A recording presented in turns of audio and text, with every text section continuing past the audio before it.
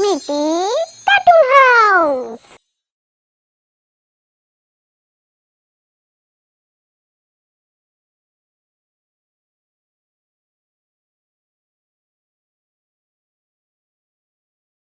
এর গল্পটি আমাদের পাঠিয়েছেন কলকাতার বেহালা চৌরাস্তা থেকে কুণাল মণ্ডল। স্মৃতি কার্টুন হাউস টিমের পক্ষ থেকে আপনাকে অসংখ্য ধন্যবাদ। প্রয়োজনে গল্পে কিছু ছোট পরিবর্তন করতে হয়েছে, তার জন্য আমরা ক্ষমা প্রার্থী।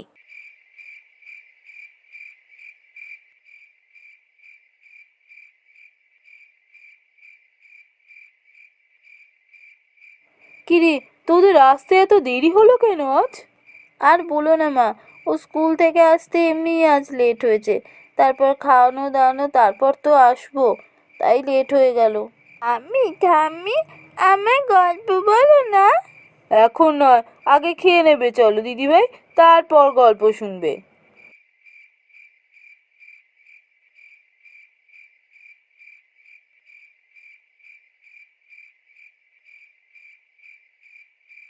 ঠাম্মি, এবার তাহলে গল্প বলো।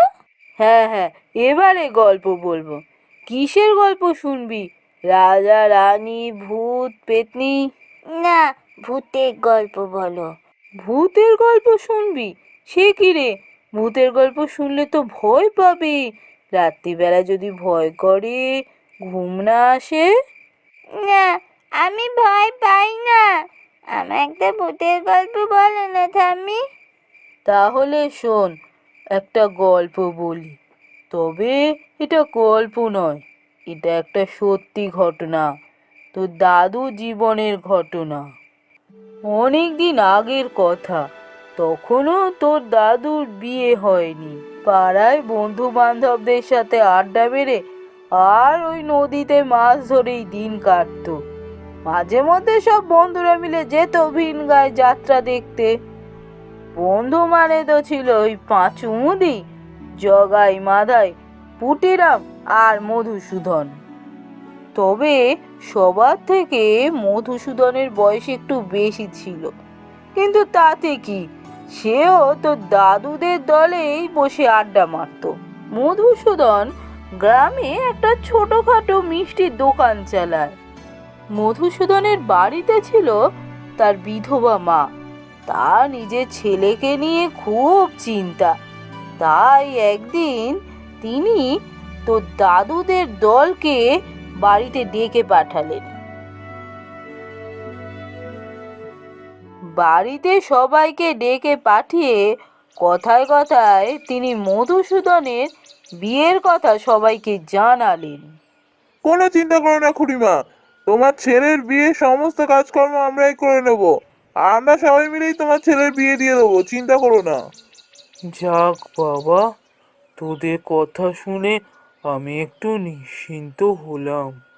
মেয়ে আমার দেখাই আছে, ওই রসুলপুরের হরিহর বাণিজ্যের বড় মেয়ে, নাম রাধা। যেমন রূপে তেমন গুণে, আমার খুব পছন্দ ওকে। আমার মধুর সাথে ওকে যা মানাবে না। বাহ, খুব ভালো কথা খুড়িমা, তুমি শিগগিরই বিয়ের কথা পাকা করে ফেলো, তারপর সমস্ত যোগাড়যন্ত্র আমরা করব। আমরা এখন চলি, বুঝলে?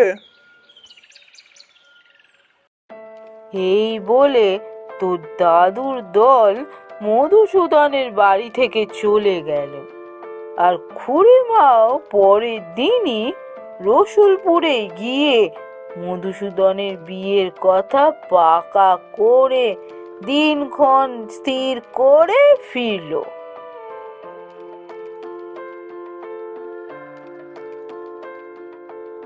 দেখতে দেখতে বিয়ের দিন এসে গেল।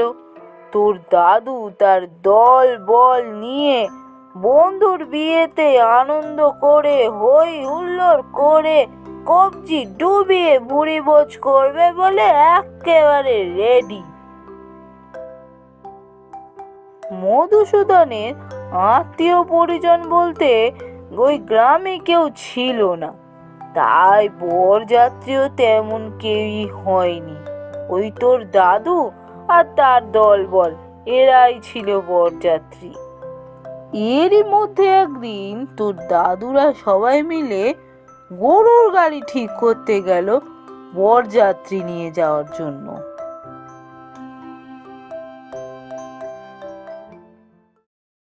দেখো মানিকলাল, আমাদের সবাইকে রসুলপুরে তুমি সঠিক সময় পৌঁছে দেবে, তার বদলে কিছু টাকা পাবে, আর বিয়ে বাড়িতে পেট পুড়ে খাওয়া দাওয়া করতে পারবে। যাবে কি বলো? দেখো, আমার যেতে কোনো আপত্তি নেই, তবে শোনো, রসুলপুরে আমি তোমাদের ঠিকঠাক পৌঁছে তো দেবো, তবে রসুলপুর যেতে হলে পথে পড়বে ওই পটাশপুরের একটা ভয়ঙ্কর জঙ্গল। ওখানে কিন্তু সন্ধে হলেই তেনাদের উপদ্রব শুরু হয়, তাই তোমরা দিন থাকতে থাকতে বেরিয়ে পড়ো। আরে মানিকদা, বিয়ের লগ্ন হলো সেই মাঝরাতে, তাই ধীরে সুস্থে গেলেই চলবে, অত তাড়াহুড়ো করে যাওয়ার কিছু হয়নি। আর তাছাড়াও আমরা এতগুলো জোয়ান ছেলে একসাথে থাকবো, ও দেখবে পটাশপুরের জঙ্গলে তেনারা সেলাম ঠুকে দৌড় দেবে। তোমাদের আমার কথা বিশ্বাস হচ্ছে না তাই তো? যত খুশি মজা করে নাও, যখন তেনাদের খপ্পরে পড়বে না, তখন বুঝবে কত ধানে কত চাল। ওদিকে বিয়ের দিনে মানিকলাল তো বরের সাজে সেজে একদম রেডি, কিন্তু তোর দাদু তার দলবল নিয়ে গিয়ে আর পৌঁছয় না। সেই দেখে মধুসূদনের মা খুব চিন্তায় পড়ল। হ্যাঁ রে বাবা মধু, এত দেরি হয়ে যাচ্ছে, কখন বেরোবি তোরা? হতভাগা ছোকরার দলটা গেল কোথায়? ছোকরাগুলো আচ্ছা খেয়াল দেখাচ্ছে তো। ওদিকে যেতে রাত হয়ে গেলে পথে যদি কোনো বিপদ আপদ হয়।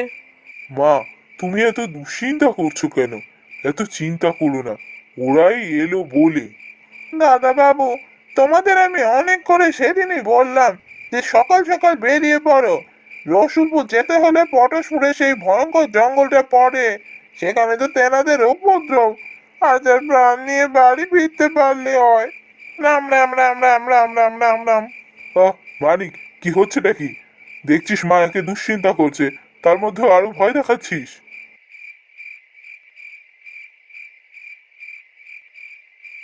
ওই যে এসে গেছে, ওই দেখ মধু, এসে গেছে ওরা।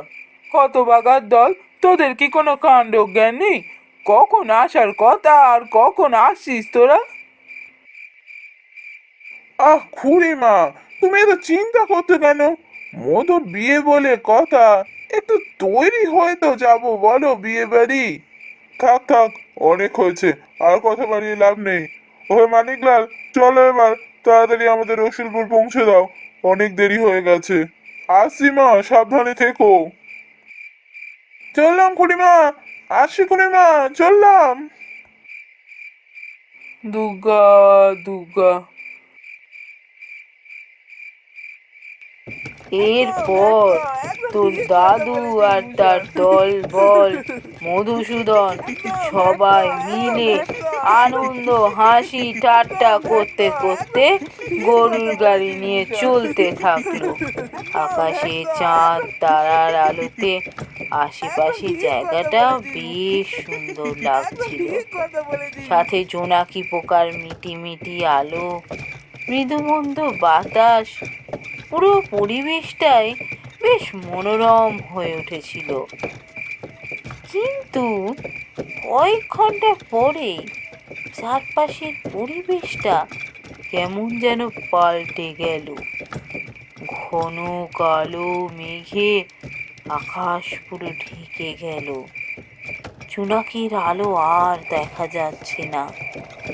বাতাসটাও যেন কেমন একটু ভারী হয়ে গেছে। এসব দেখে মানিকলালের মুখ তো গোমরা, তবুও সে কাউকে কিছু বলল না, চুপচাপ গাড়ি চালাতে লাগলো।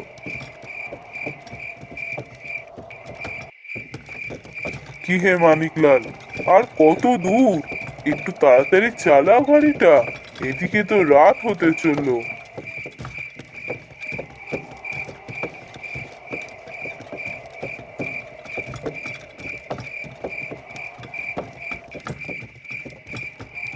ওহে মধু, এ হলো সম্ভবত তোমার সেই ভৌতিক রাস্তা।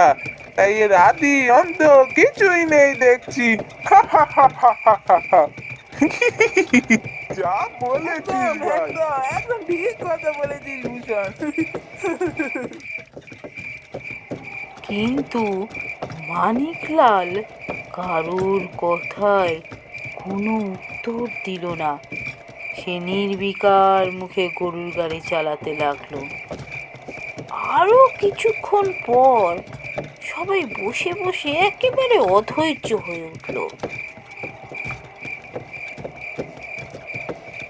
আরে মানিকদা, আর কত দূর? এ তো দেখছি রসুলপুর আর আসছে না। বাবুরা, আপনারা ভয় পাবেন বলে আমি এতক্ষণ কিছু বলিনি, কিন্তু আমার মনে হচ্ছে আমরা একই পথে ঘুরপাক খাচ্ছি বারবার। কত ভাগা, আফিম খেয়ে নিশ্চয়ই গাড়ি চালাচ্ছিস, পথ হারাচ্ছিস তাই। বিশ্বাস করুন বাবু, এই একই রাস্তায় আমরা অন্তত 4বার পেরিয়েছি। আমার মনে হচ্ছে আমরা নির্ঘাত পটাশপুরের জঙ্গলে তেনাদের পাল্লায় পড়েছি। এসব নিশ্চয়ই তেনাদেরই কাজ। আজ আমাদের আর নিস্তার নেই।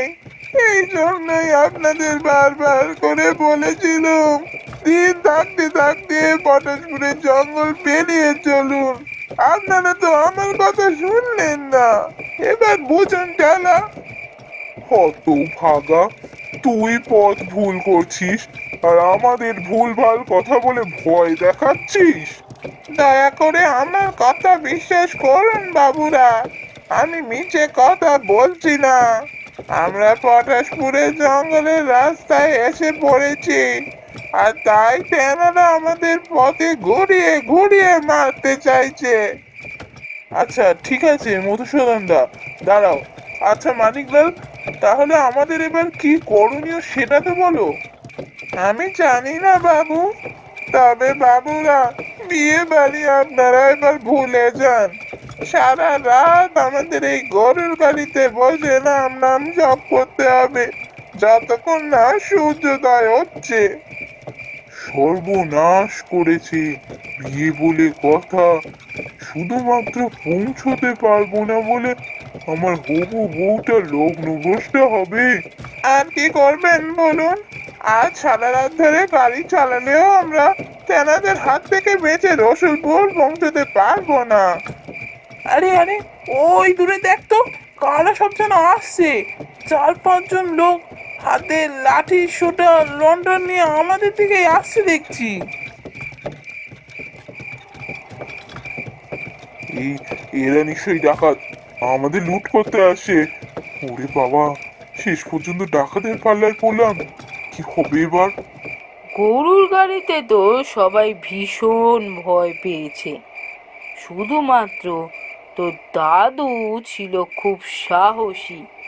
সে করলো কি, একটা মন্তপুত কোদালের বাঁট নিয়ে সবার সামনে এসে দাঁড়ালো। তোমরা কারা? কি চাও? কেন এসেছো এখানে? আমরা রসুলপুরের হরিহর বাড়ির বাড়ি থেকে আসছি। আপনারাই তো বর আর বরযাত্রী। আপনাদের পথে যাতে কোনো আপদ বিপদ না হয়, তাই হরিহর কর্তা আমাদের পাঠালেন।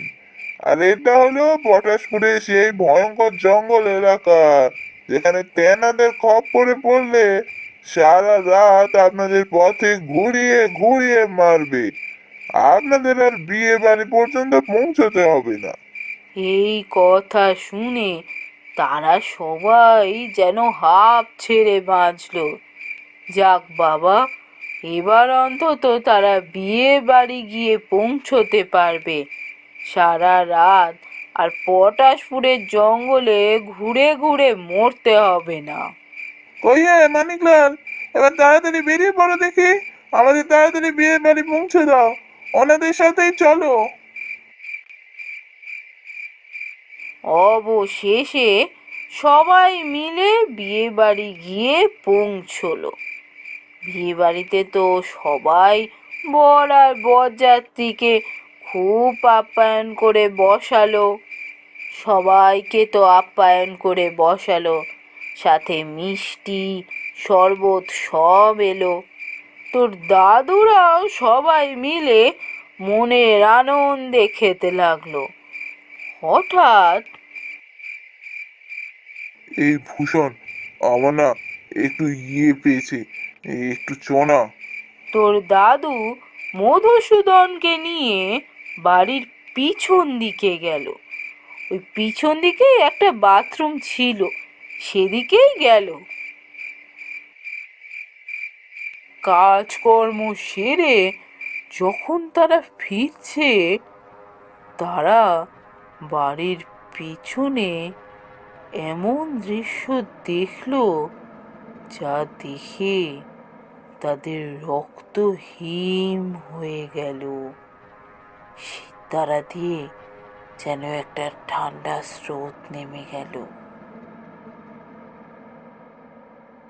ওরা দেখলো বাড়ি থেকে যারা বেরিয়ে আসছে তারা হঠাৎ করে কঙ্কালে পরিণত হচ্ছে, আর বাড়ির পিছন দিক থেকে কঙ্কালগুলো যে আলোর দিকে যাচ্ছে তারা মানুষ হয়ে যাচ্ছে।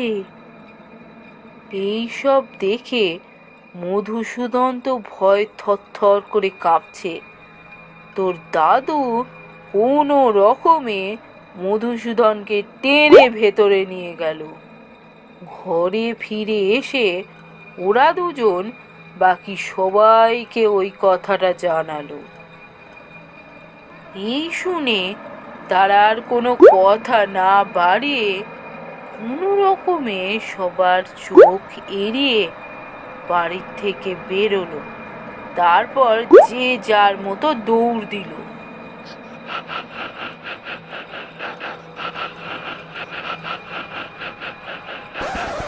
ভূষণ, ওই দেখ, আবার কারা আসছে, আমাদের দিকে এগিয়ে আসছে দেখছি।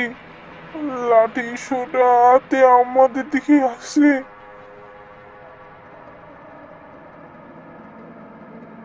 কে কখনে যে বরযাত্রী হয়ে মধুর বিয়েতে এসেছিলাম, এবার তো দেখছি প্রাণটাই বেঘরে যাবে। ওহে অভূষণ, তুমি তো একটু মন্ত্র টন্ত্র জানো, তা তুমি কিছু একটা করে আমাদের তেনাদের খবর থেকে বাঁচিয়ে নিয়ে চলো না বাবু। পাঁচু, একটু চুপ করবি? আগে দেখি তো ওরা কারা, কেন আসছে, কি দরকার।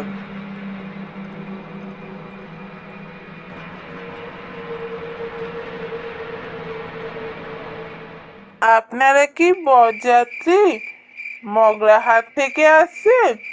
রসুলপুরে হরিহর বাণিজ্যের বাড়ি যাবেন তো? আগে বলুন, আপনারা কোত্থেকে আসছেন? আর আগের দলটার মতো আপনারাও যে ভূত না, তার কি প্রমাণ আছে? আরে জামাই বাবু, আমায় চিনতে পারছেন না?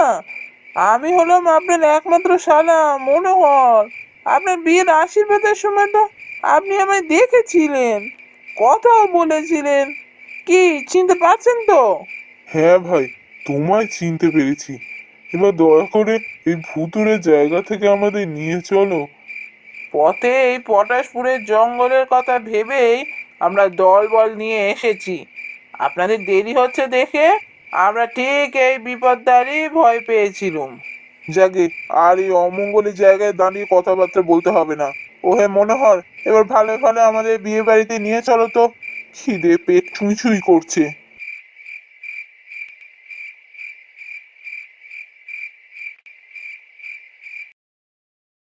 তারপর কি হলো? তারপর আর কি, তোর দাদুরা সবাই নির্বিঘ্নে বিয়ে বাড়ি পৌঁছলো। তারপর মধুসূদনের সঠিক সময় বিয়ে হলো, আর আমার গল্প শেষ হলো। কি দারুণ গল্পটা, আমার খুব ভালো লেগেছে। তাম্মি, তুমি কি সুন্দর গল্প বলো।